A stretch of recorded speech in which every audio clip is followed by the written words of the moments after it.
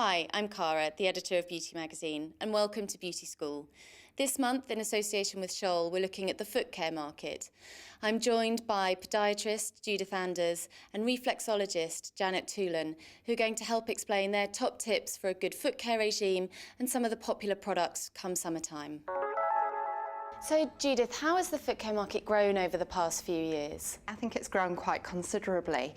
It's a very busy and complex market, made up of products that are foot condition specific, but also the emergence of the more beauty-orientated sector of the market. And why is that? What's put the focus on that beauty end of the market? I think with our increasingly busy lives, people are looking for quick fix solutions, products that they can use at home, maybe in between professional appointments, or for people that have less severe conditions but still want beautiful looking feet. And obviously there's been a lot of press coverage as well, hasn't there, of feet? Is it really becoming part of a body care regime? Yeah, I think we should be taking more awareness for the whole of our bodies, and of course feet are essential to that overall health. Also, if there's any pain within the foot, then that affects the whole appearance of how we walk and how we feel day to day. Janet, what comprises a good foot care regime? Exfoliation and moisturisation. And how often should people be doing that? Exfoliation once a week, moisturising every day. And what other sort of products might people want to use on their feet? Intensive cream, the cracked heel cream for when your heels are really cracked. And we've got a night intensive cream that you apply socks to so it really moisturises and rehydrates your feet. And obviously in summer lots of people wear nail polish on their toes. Does that cause any problems with the nail? Yes, it causes staining to the nail. So by applying a nail brightener, you're rehydrating the nail with vitamin B5 and applying a nail brightener that really makes a specific difference to your toenails. And how often should people use that product? One treatment a week for 4 weeks and you'll see a significant difference. And another common problem around summertime obviously is blisters and summer shoes not necessarily fitting perfectly. Are there things people can buy to deal with those problems? Yes, an important thing is blister plasters to carry around in your bag every day. The gel insoles, again, when you're wearing open-toe sandals, takes the pressure off the ball of your foot. Also, rubbing around the back of your heels. There's specific gel products that will help you. And so, Judith, what other problems might people encounter in the summer months? I think there's a tendency when people move from a very closed shoe that they might have been wearing in winter with socks and a full shoe to then going into a flip-flop or a sandal.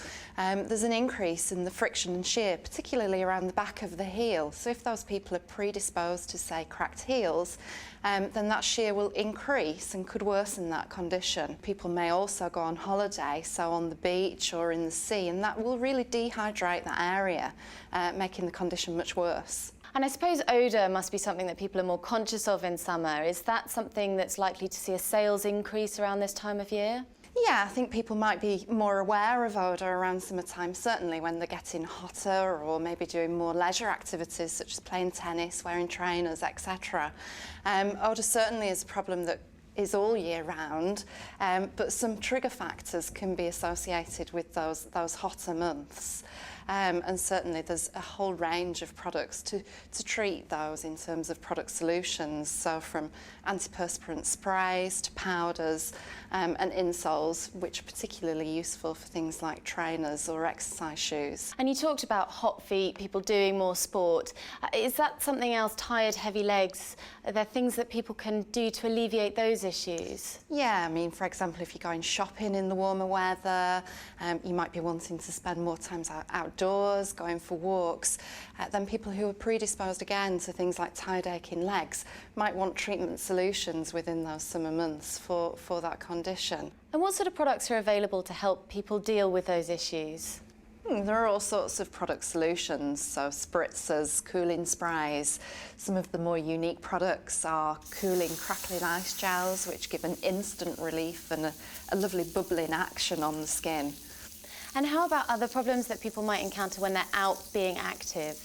I think people may notice an increased incidence of athlete's foot in the summer months if they may be utilising more communal facilities such as gyms and swimming pools.